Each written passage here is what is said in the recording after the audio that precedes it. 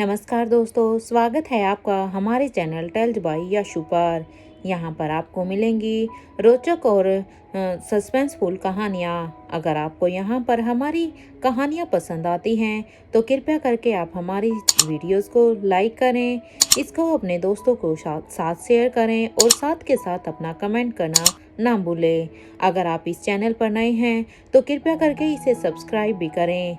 आपका ज़्यादा समय न लेते हुए चलो आज की कहानी को शुरू करते हैं। पिछले एपिसोड में हम सब ने सुना था कि वहाँ पर जब महेंद्र ये सोचता है कि ये शिवलिंग, ये तो सच में ये मंदिर बहुत ही चमत्कारी है, इसलिए वो अब अपने हाथों से इसके ऊपर जल चढ़ाएगा। इसलिए वो वहाँ पर चला जाता है जहाँ पर वो कुंड था और उसमें सफ़ेद पानी था। जैसे ही महेंद्र उस पानी को टच करता है तो वो पानी का रंग एकदम से हरा हो जाता है और महेंद्र के हाथ जल जाते हैं और वो अब चिल्लाने लगता है। तभी राजीव कहता है कि मैं बस अभी आया। राजीव गुलेरिया वहाँ पर अब उस तालाब के पास जाता है तो वहाँ पर अब एक पौधा लगा हुआ था, क्योंकि राजीव खुद एक साइंटिस्ट था और उसे थोड़ी बहुत जड़ी बूटियों का भी ज्ञान था। इसलिए वो महेंद्र के लिए लेप बनाने के लिए, ताकि उसके हाथों को जल्द से जल्द आराम हो जाए, वो अब एक पौधे के पास जाता है और अब वो उस पौधे से थोड़ी सी पत्तों को तोड़ लेता है। यहाँ पर राजीव अब उस पेड़ से उसके पत्तों के साथ साथ उसके कुछ फूलों को भी तोड़ता है। वहीं इधर दूसरी तरफ महेंद्र पीरामल, जिसने राजीव गुलेरिया को इतने दर्द में उसके पास से जाते हुए देख लिया था, अब वो करण गुलेरिया और धनंजय पीरामल के सामने कहते हैं, देखो देखो, तुम दोनों भी देखो, अरे कैसा दोस्त है मेरा। मुझे इतनी तकलीफ हो रही है, लेकिन मुझे इतनी तकलीफ में छोड़कर वो मुझे चला गया। क्या सच में कोई ऐसा भी दोस्त होता है क्या? अरे लोग तो अपने दोस्त के लिए अपनी जान तक दे देते हैं, और एक देखो मेरा दोस्त है जो मुझे इतनी तकलीफ में भी छोड़कर चला गया। अरे राजीव ऐसा कैसे कर सकता है मेरे साथ? क्योंकि सच बताऊं तो मेरा तो सिर्फ एक ही दोस्त है, मैं तो बस राजीव को ही अपना दोस्त मानता था।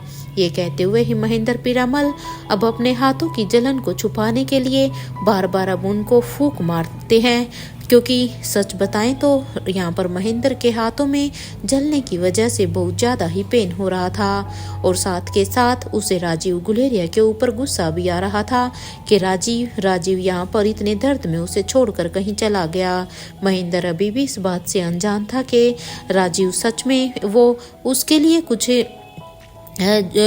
कुछ औषधि बनाने के लिए ही गया है, ताकि महेंद्र को जल्द से जल्द आराम हो। लेकिन यहाँ पर करण गुलेरिया और धनंजय पीरामल के सामने तो महेंद्र बार बार राजीव की बुराई ही कर रहे थे। यहाँ करण गुलेरिया अब धनंजय पीरामल से ही कहते हैं, वो धनंजय, वो बूढ़ी अम्मा थोड़ा सा पानी लेकर आई थी ना। करण की इस बात को सुनकर अब धनंजय भी हाँ में अपना सिर हिलाते हैं।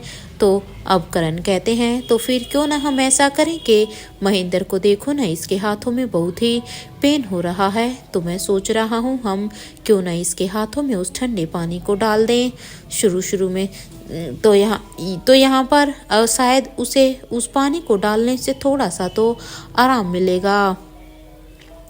अब ये कहते हुए ही वो दोनों भी अब यहाँ पर तैयार हो जाते हैं कि हाँ चलो ठीक है, क्योंकि महेंद्र को दर्द बहुत ही हो रहा था, लेकिन अब उनके पास कोई ऑप्शन नहीं था, तो इसलिए अब वो उस पानी को ही डालने की कोशिश करते हैं। इधर करण की ये बात सुनते ही अब महेंद्र पीरामल भी कहते हैं, हाँ करो जल्दी, क्योंकि सच में मुझसे ये दर्द बर्दाश्त ही नहीं हो रहा। अरे अच्छा होता उस राजीव को दोस्त बनाने से अच्छा मैं पहले से ही तुम्हें दोस्त बनाता। देखो ना तुम और राजीव कितने विपरीत हो। राजीव जो मेरा दोस्त है उसे मेरी चिंता ही नहीं है, और एक तुम हो जो मेरे दोस्त भी नहीं हो, लेकिन देखो ना फिर भी तुम मेरा कितना ख्याल रख रहे हो। ये कहते हुए ही वो यहाँ पर करण की बढ़ाइया करने लग जाता है और कहता है, देखो तुम दोनों कितने ही अच्छे हो, इतने सालों से तुम दोनों मेरे दुश्मन थे, लेकिन इसके बावजूद भी तुम मेरी कितनी परवाह कर रहे हो। और एक वो है जो इतने सालों से मेरा ऐसा सबसे अच्छा दोस्त रहा था, लेकिन उसे मेरी कोई परवाह ही नहीं है, उसे मेरे दुख का आभास भी नहीं है कि सच में इस समय मुझे कितना पेन हो रहा है। यहाँ करण गुलेरिया महेंद्र पीरामल को अब उस रूम की तरफ लेकर जाते हैं जहाँ पर वो बूढ़ी अम्मा उनके लिए पानी लेकर आई थी। और अब उस पानी को उठाकर अब वो उसके हाथों में पानी डालने ही वाले थे कि तभी अचानक से वो बूढ़ी अम्मा अब कहती है, रुक जाओ रुक जाओ। यहाँ पर जैसे ही बूढ़ी अम्मा की ये आवाज़ सुनी तो करण ये सुनकर अब बिल्कुल ही एकदम से ही हैरान हो जाते हैं। इधर अब वो बूढ़ी अम्मा फिर से कहती है, देखो करण रुक जाओ, ये क्या कर रहे हो? अगर तुमने इनके हाथों में पानी डाला तो इनकी जलन और भी बढ़ जाएगी, इन्हें वो काफ़ी तकलीफ होगी, क्योंकि इस पानी से इन्हें कोई भी ठंडक का आभास नहीं होगा। इधर बूढ़ी अम्मा की ये बात सुनते ही अब महेंद्र पीरामल भी हैरान होते हैं और अब वो कहते हैं, तो अम्मा इसका मतलब है कि अब मुझे सच में ज़िंदगी भर ऐसा ही रहना पड़ेगा? क्या मैं ज़िंदगी भर इस जख्म के साथ ऐसे ही रहूँगा? क्या मुझे इतना ही दर्द होता रहेगा? यहाँ पर अब महेंद्र पीरामल एक मासूम बच्चे की तरह ये सब कह रहे थे। जहां अब तक धनंजय पीरामल और करण गुलेरिया को अब तक कोई रास्ता ही नहीं मिल रहा था, क्योंकि उन्होंने जो सोचा था वो भी नहीं हुआ, क्योंकि बूढ़ी अम्मा ने उन्हें मना कर दिया कि इससे इसका दर्द और भी बढ़ जाएगा। वो भी कुछ सोच ही रहे थे कि अब तक वहां पर राजीव गुलेरिया भी वापस वहां पर आ जाता है और यहाँ पर उसके हाथों में कुछ पत्ते और कुछ फूल थे।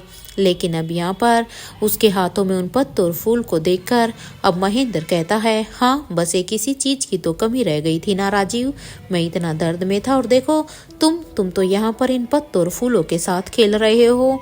अब तुम ही बताओ क्या करोगे तुम इनका? अब महेंद्र ने ये राजीव से नाराज होते ही कहा ही था। तभी भी यहाँ पर करण और धनंजय दोनों ही अपने सिर पर अपना हाथ मारते हैं, क्योंकि वो समझ गए थे कि राजीव सच में इसके दर्द का कुछ उपचार करने के लिए ही गया था। लेकिन अब राजीव महेंद्र को कोई भी जवाब नहीं देता और वह अब उसके पास आकर, क्योंकि महेंद्र को जलन हो रही थी, उसने अपने हाथों को पहले से ही आगे बढ़ाया हुआ था। तब अब राजीव अब उन पत्तों को और उन फूलों को अब वहां पर अपने हाथों से मैश कर अब वहां पर अब उन्हें पानी में रख देता है। और जैसे ही वो यहाँ पर उन्हें पानी में रखता है तो वो देखता है कि कुछ ही देर में यहाँ पर तो अब उस पानी का कलर ही बिल्कुल ही चेंज हो गया है। जैसे ही इस पानी का कलर चेंज हुआ तो वो राजीव गुलेरिया धीरे धीरे से बड़े ही आराम से उस पानी को महेंद्र पीरामल के हाथों पर डाल रहा था, ताकि इसके असर से उसको थोड़ा सा रिलीफ हो। शुरू में तो महेंद्र पीरामल की यहाँ पर चीख निकल रही थी, क्योंकि जैसे जैसे ये पानी अब यहाँ पर उसके जख्मों पर लग रहा था तो उसे इसमें बहुत ही जलमलाहट सा महसूस हो रहा था और उसकी चीख निकल रही थी, क्योंकि उसका पेन और भी बढ़ गया था। लेकिन इसके बाद तो अब उन्हें राहत मिल रही थी, क्योंकि सच में इस फूलों के फूलों और इन पत्तों ने उसके ऊपर एक मरहम का काम किया था। जैसे ही भी यहाँ पर उसे थोड़ा सा आराम हुआ और तो अब उसे लगता है कि उसके हाथ जैसे ठीक हो रहे हों। और अब जैसे ही सच में उसके हाथ इतनी जल्दी ठीक भी हो गए तो अब वह राजीव गुलेरिया को वो एकदम से गले लगा लेता है और गले लगाते हुए कहता है कि एक तू ही है मेरा सच्चा दोस्त। I am so proud of you कि कम से कम मैंने अपनी ज़िंदगी में एक तुम्हारे जैसा दोस्त तो बनाया। महेंद्र ने जैसे ही ये बात राजीव को कही तो अब महेंद्र की इस बात पर अब धनंजय पीरामल और करण गुलेरिया दोनों ही अब एक दूसरे को देखने लगते हैं। यहाँ पर वो दोनों वो अपने मन में ही सोचते हैं कि इस महेंद्र का सच में कुछ नहीं हो सकता। अरे देखो ना, अभी अभी तो वो राजीव के लिए क्या क्या बातें बोल रहा था कि राजीव ने उसे धोखा दिया है, राजीव उसका अच्छा दोस्त नहीं है, वो उसे दर्द में छोड़कर चला गया। और देखो जैसे ही इसे आराम हुआ तो कैसे फिर से राजीव के सामने चिकनी चुपड़ी बातें कर रहा है। इधर जहाँ दोनों ये करण और धनंजय ये सोच रहे थे तो इधर राजीव गुलेरिया बूढ़ी अम्मा से कहते हैं, अब आप हमें बताएंगी सब कुछ? देखिए अम्मा, हमारा किंग के बारे में जानना सच में बहुत ही जरूरी है, क्योंकि हमें सिर्फ एक वही इंसान बचा सकता है जिसकी रगों में किंग का खून हो। प्लीज अम्मा, क्योंकि अब हम एक धर्म संकट में हैं, इवन हमारी जान भी खतरे में है। राजीव की ये बात सुनते ही वो बूढ़ा आदमी उस अम्मा से पहले ही कहता है, तुम कहना क्या चाहते हो? आखिर कैसे बचा सकता है वो तुम्हें? इस बात पर अब राजीव गुलेरिया कहता है कि वो ही बचा सकते हैं, क्योंकि मैं किसी और की नहीं बल्कि नेत्रा के बारे में बात कर रहा हूँ। वो सच में बहुत ही खतरनाक औरत है। अरे उसकी आंखें हरी है और वो अपनी आंखों के द्वारा किसी को भी अपने सम्मोहन में ले लेती है। जब वो कोई भी इंसान जब उसकी आंखों के संपर्क में आता है तो वो इंसान सच में खुद ही सही और गलत का निर्णय करना ही भूल जाता है। अब एक एक करके यहाँ पर राजीव गुलेरिया नेत्रा के बारे में सब कुछ ही अब उनके सामने बताने लगता है, जो कि अब तक नेत्रा ने उन सभी के साथ किया था। और वो क्यों किंग के बारे में जानना चाहता है, ये भी क्योंकि यहाँ पर राजीव गुलेरिया ने ये बता दिया था कि नेत्रा के सम्मोहन का असर सिर्फ किंग और उसके खून पर ही नहीं हो सकता है, बाकी उसके सम्मोहन से कोई भी नहीं बच सकता।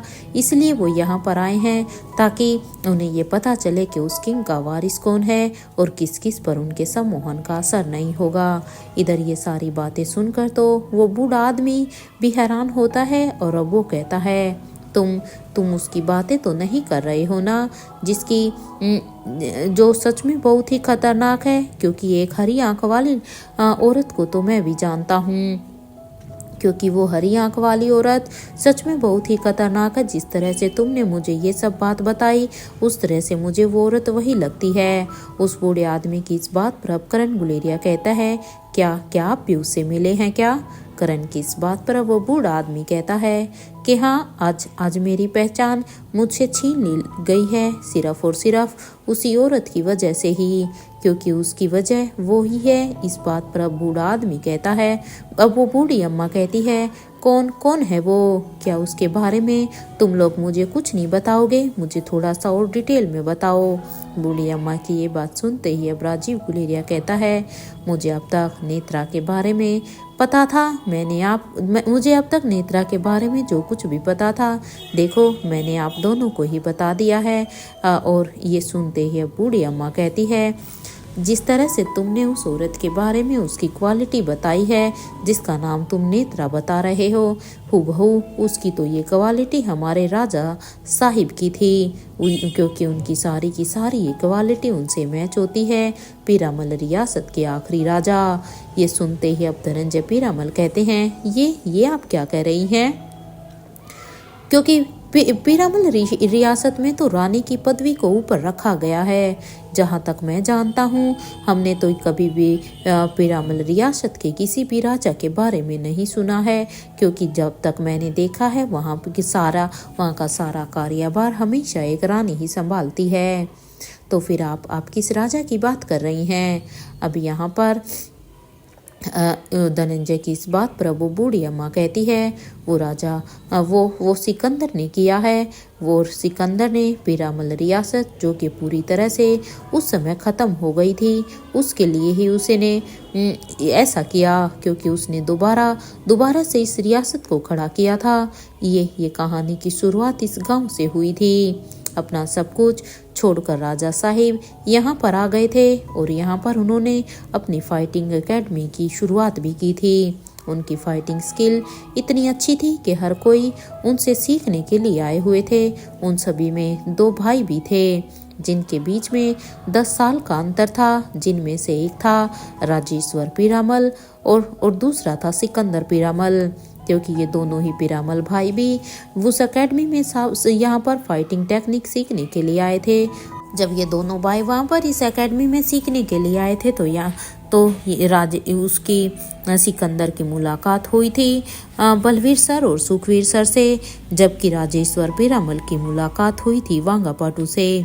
आज के दिन वो सभी एक दूसरे से अनजान थे।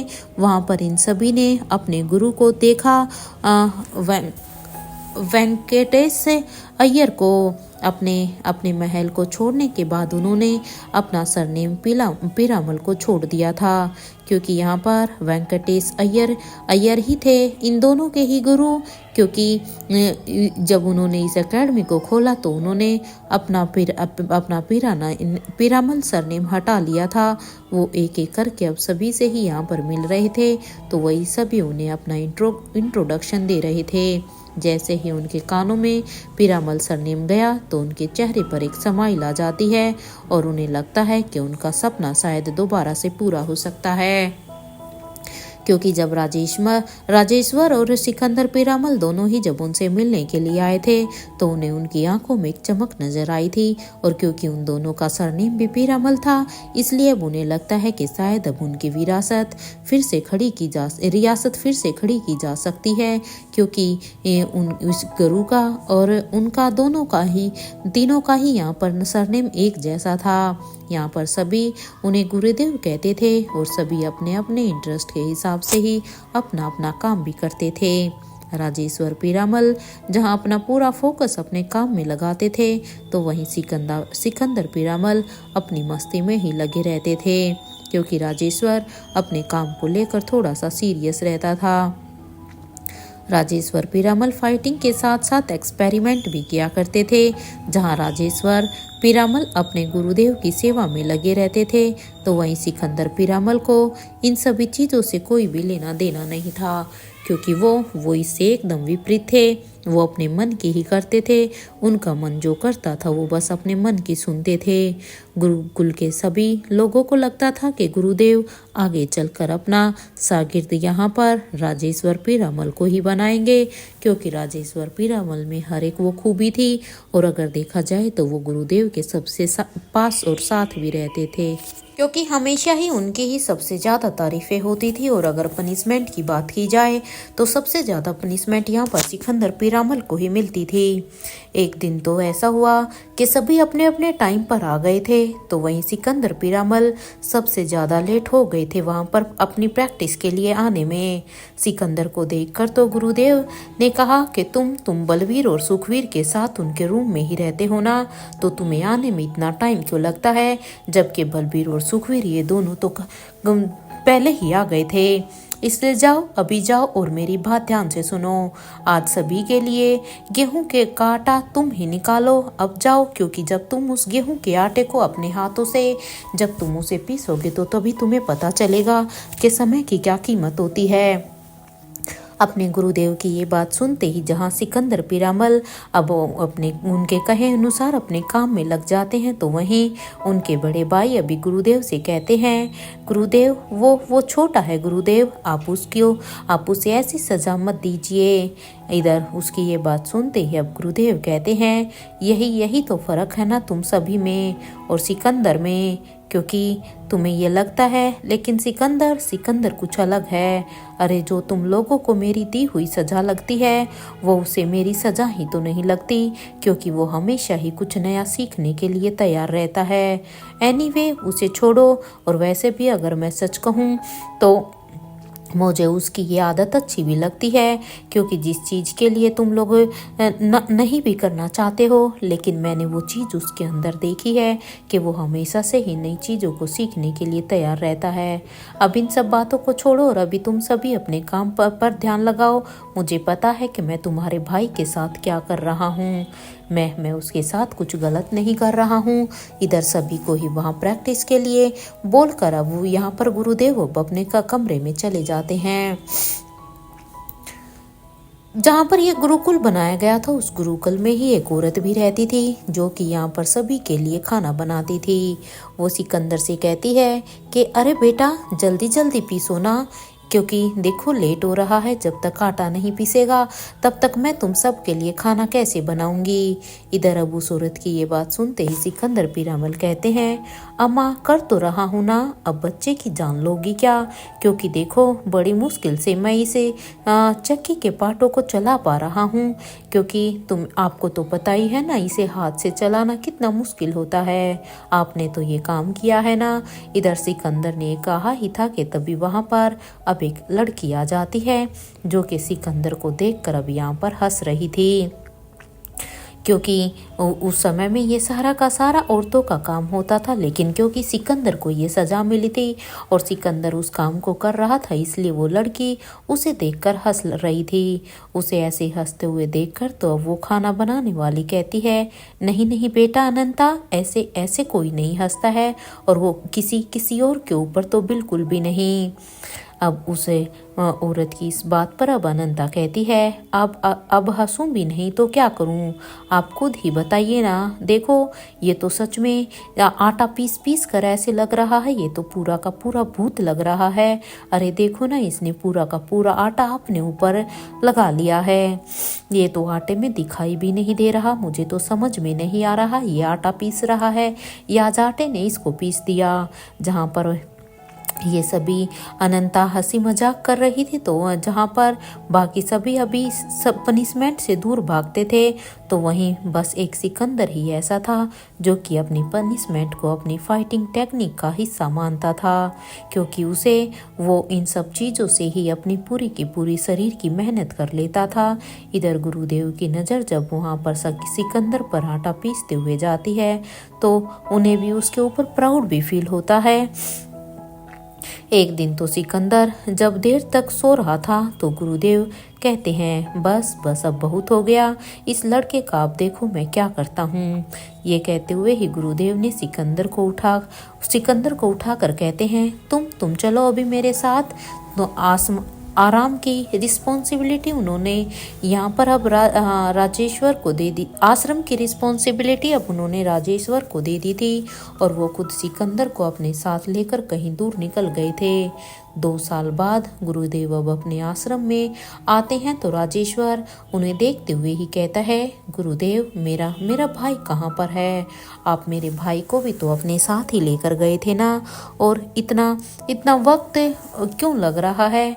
वो क्या कर रहा था और आपने उसके साथ क्या किया? मुझे लगा बस कुछ समय के लिए गए हैं, लेकिन गुरुदेव आप तो पूरे 2 साल के बाद वापस लौटे हैं। राजेश्वर की इस बात पर अब गुरुदेव कहते हैं, राजेश्वर वो जहाँ कहीं भी है वो बिल्कुल ठीक है, तुम अपने काम पर ध्यान दो। इधर सिकंदर की सजा जब पूरी हो जाएगी तो वो यहाँ पर खुद ब खुद वापस आ जाएगा। अब अपने गुरुदेव की ये बात सुनते ही सभी अब अपने अपने काम में लगते हैं, क्योंकि अब उन्हें अपने गुरुदेव से और भी डर लगता है, क्योंकि अब सबको ये समझ में आ गया था कि सिकंदर को वो कहीं छोड़ कर आ गए हैं। इधर कुछ सालों के बाद गुरुदेव जब अपने रूम में कुछ काम कर रहे थे, तो तभी कोई उनके दरवाजे को नॉक करने लगता है। अब वो जैसे ही दरवाजे को खोलते हैं, तो उनके सामने एक 16 साल की लड़की खड़ी हुई।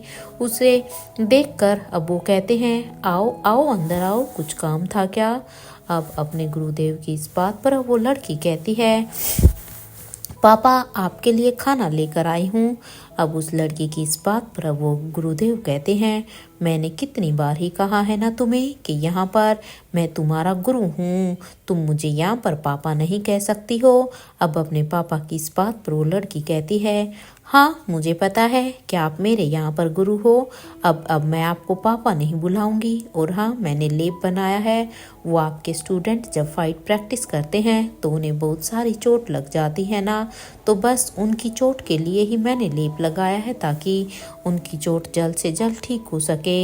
इधर उस लेप को लेकर अब गुरुदेव कहते हैं, ठीक है फिर अब तुम घर जाओ, यहाँ तुम्हारा अभी कोई भी काम नहीं है। अपने पापा की इस बात पर वो लड़की कहती है, जी गुरुदेव। इधर ये कहते हुए ही वो लड़की वहाँ से जाने लगती है। तो जैसे ही वो यहाँ से जाती है, तो उसके सामने 2 लोग आकर खड़े हो जाते हैं।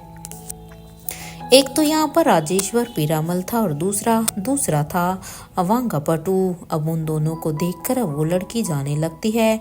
तो अब वांगापटू कहते हैं, अनंता रुको। इधर उसकी ये बात सुनते ही अनंता वहीं पर ही रुक जाती है, और अब वो कहती है, क्या हुआ है? अब अनंता की इस बात पर अब वांगापटू कहते हैं कि मैंने तुम्हें एक लेप बनाने के लिए कहा था ना, क्या तुमने वो लेप बना लिया है? अब उनकी इस बात पर अब अनंता कहती है, हाँ मैंने बना दिया है, और मैंने उस लेप को बनाकर गुरुदेव को दे दिया है, आप प्लीज उनसे ले लीजिएगा। क्योंकि जब मैं उस लेप को यहाँ पर लेकर आई थी तो आप मुझे कहीं नज़र नहीं आए, इसलिए मैंने उस लेप को गुरुदेव को ही दे दिया है। अब ये कहते हुए ही वो अनंता वहाँ से जाने लगती है और यहाँ पर वांगापटू अब कहते हैं अजीब ही लड़की है ये। उनकी बात को सुनकर अब राजेश्वर पीरामल कहते हैं नहीं नहीं ऐसा नहीं है यार, बस हाँ थोड़ी सी अलग है। एनीवे खैर छोड़ो, मैंने सुना है कि आज गुरुदेव अपना शागिर्द चुनने वाले हैं। आपको क्या लगता है वो किसको शागिर्द चुनेंगे? क्या तुम्हें कोई आइडिया है? अब यहाँ पर राजेश्वर की इस बात पर वांगापटू कहते हैं हाँ वो तो सीधा सीधा ही स्पष्ट दिखाई ही देता है ना, क्योंकि उनके सागीदार तो तुम ही होगे, क्योंकि तुम उनके सबसे पास भी होते हो और उनके सबसे होनहार स्टूडेंट में से भी एक हो, क्योंकि उनके आगे पीछे सबसे ज़्यादा मैं तुम्हें ही देखता हूँ, क्योंकि मेरी दुनिया तो ट्रेडिशनल मेडिसिन में ही है और वो अनंता मेरी उसमें हेल्प भी कर देती है। एक तुम ही हो जो एक साइंटिस्ट के साथ साथ एक बेहतरीन फाइटर भी हो, इसलिए मुझे तो पूरा का पूरा यकीन है कि वो अपने शागिर्द के लिए तुम्हें ही चुनेंगे, क्योंकि तुमसे अच्छा ऑप्शन तो मुझे इस पूरे के पूरे गुरुकुल में कहीं दिखाई ही नहीं देता है। वांगापटू की इस बात पर अब राजेश्वर का सीना एकदम गर्व से ही चौड़ा हो जाता है, लेकिन अब वो दिखावटी में कहता है कि मैं नहीं और कौन है मेरे अलावा, क्योंकि ये भी तो हो सकता है कोई और हो। वैसे चलो एक बार सोच कर बताओ और कौन हो सकता है। आज गुरुकुल में अगले शागिर्द का फैसला होने ही वाला था और वो सभी अभी उस फैसले को जानने के लिए यहाँ पर ग्राउंड में एकत्रित हो गए थे, क्योंकि उन्हें पहले से ही पता था कि आज जरूर उनमें से कोई एक शागिर्द बनेगा और उसके बाद फिर को वो इस आश्रम को अच्छी तरह से अपने गुरुदेव की जगह संभालेगा। इसलिए वो सब अब वहाँ पर एकत्रित होकर बस अपने गुरुदेव के ही आने का वेट कर रहे थे। इधर स्टूडेंट को तो यही लग रहा था कि आज तो यहाँ का काम राजेश्वर पीरामल ही संभालेंगे, क्योंकि सबसे नज़दीक तो वही है और सबको लग भी रहा था कि वो अगर देखा जाए तो कैपेबिलिटी के अनुसार भी राजेश्वर पीरामल ही परफेक्ट हैं। बलबीर सर अब यहाँ पर सुखवीर से कहते हैं तुझे पता है कि ये सिकंदर कहाँ गायब हो गया है? अरे देखो ना कितना ही समय हो गया है, कितने साल बीत गए हैं, लेकिन वो तो या वापस लौट कर ही नहीं आया। कहीं ऐसा तो नहीं है कि गुरुदेव ने उसे हमेशा के लिए यहाँ से भगा दिया हो? अब यहाँ पर उसकी इस बात को सुनकर अब सुखवीर कहता है मुझे तो लगता है कि गुरुदेव ने उसे नहीं भगाया होगा, बल्कि वो खुद भाग गया होगा। अगर वो खुद नहीं भागा होता तो अब तक तो शायद आ गया होता। वैसे भी उसका मन कहाँ लगता था यहाँ पर? मुझे तो लगता है कि वो इस आश्रम के लिए था ही नहीं। वो ये सब सीखे, उसे तो पनिशमेंट ही मिलती तो रहती थी। अच्छा हुआ अगर वो यहाँ से भाग भी गया तो। अब तो बड़ा हो गया होगा ना काफ़ी, मैं तो पहचान भी नहीं पाऊंगा अगर वो अब हमारे सामने आएगा तो। जहाँ इधर ग्राउंड में सभी अब एक दूसरे के से बातें कर रहे थे, क्योंकि यहाँ पर ग्राउंड में सबके ही कानों में खुसर फुसर हो रही थी। तभी अब सभी के कानों में अब एक जोरदार आवाज़ आती है कॉन्ग्रेचुलेशंस आप सभी को, अब आप यहाँ से जा सकते हैं। और हाँ मेरा अगला शागिर्द है। उन्होंने अभी ये कहा ही था कि तभी अब वहाँ पर एक गाड़ी आकर खड़ी हो जाती है और सभी की ही नज़र अब उस गाड़ी पर ही थी, क्योंकि वो सब उस गाड़ी को वहाँ पर देखकर हैरान थे कि आखिर ये ऐसी चमचमाती हुई गाड़ी किसकी है और कौन आया होगा, क्योंकि वो देखने उस समय में तो गाड़ियाँ होना किसी के पास बहुत ही बड़ी बात होती थी।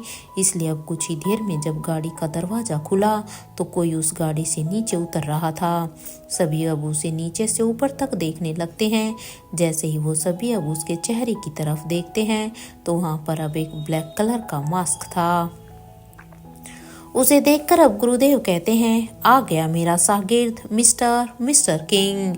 इधर ये सुनते ही अब सबसे बड़ा शौक तो यहाँ पर राजेश्वर पीरामल को लगा था, क्योंकि राजेश्वर पीरामल तो मन ही मन में अब ये सोच चुके थे कि उनसे अच्छा स्टूडेंट अब यहाँ पर उनके गुरुदेव का कोई है ही नहीं, इसलिए वो उसे ही शागिर्द बनाएंगे। लेकिन अब ये उनके लिए एक सबसे बड़ा झटका था, क्योंकि पल भर में ही उनका ये भ्रम टूट गया। यहाँ जैसे ही अब किंग अपने कदमों को आगे बढ़ाते जा रहे थे तो उनकी पर्सनैलिटी को देखकर तो अब सभी काफ़ी इम्प्रेस हो रहे थे। कुछ देर तक तो ग्राउंड में यहाँ पर एकदम से ही सन्नाटा था, क्योंकि किसी को भी यकीन नहीं हो रहा था कि आखिर ये सब क्या हुआ, क्योंकि सभी को यही लग रहा था कि वो राजेश्वर ही होगा अगला शागिर्द। लेकिन अगर ये नया इंसान कौन है और इसने अपने चेहरे पर नकाब क्यों लगाया हुआ है, उसका चेहरा साफ साफ दिखाई क्यों नहीं दे रहा। इधर ये देखकर तो खुद अब गुरुदेव भी ताली बजाने लगते हैं जब वो शख्स वहाँ पर उनके पास आता है तो